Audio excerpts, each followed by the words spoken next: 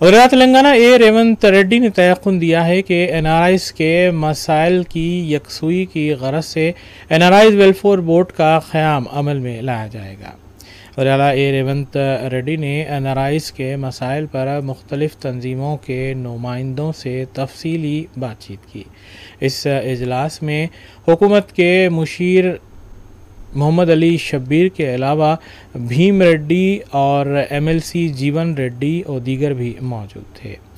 SA Husaini Aleem Khan overseas man power recruiters association general secretary और international journalist fraternity forum के chief patron ने भी इस इजलास में नुमाइंदगी की और मुख्तलिफ मसाइल की जानिब निशानदेही की।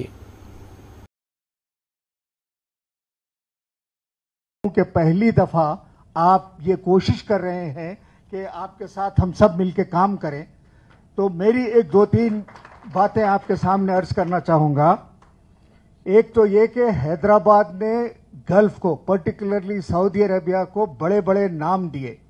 हमारे पास से जो डॉक्टर्स गए, Iqbal Sanai was doctor to king Khalid, and Dr. Usman, who was doctor to King Fahad, and then Majid Khazi, who was also given Pravasi Divas Award.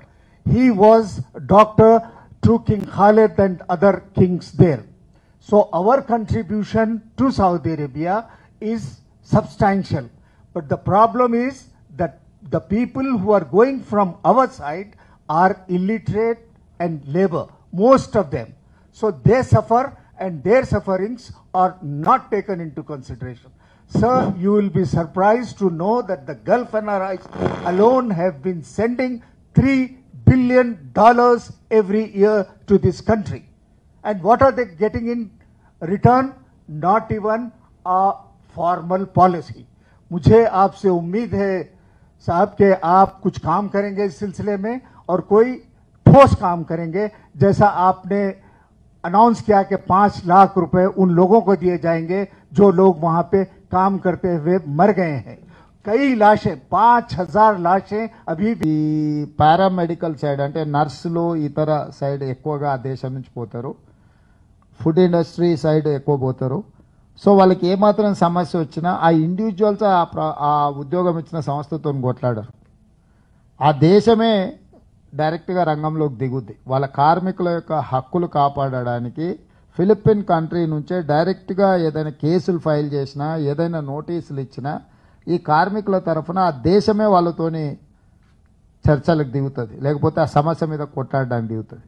దాంతో ఏంటంటే కార్మికుడు మనోస్థైర్యం పెరగడమే కాకుండా అక్కడ ప్రభుత్వాలు, అక్కడ యాజమాన్యులు, ఒక దేశం యొక్క ప్రభుత్వమే దిగి ఈ వ్యవస్థతోని మాట్లాడినప్పుడు ఖచ్చితంగా అక్కడ సంస్థలు దిగొస్తాయి.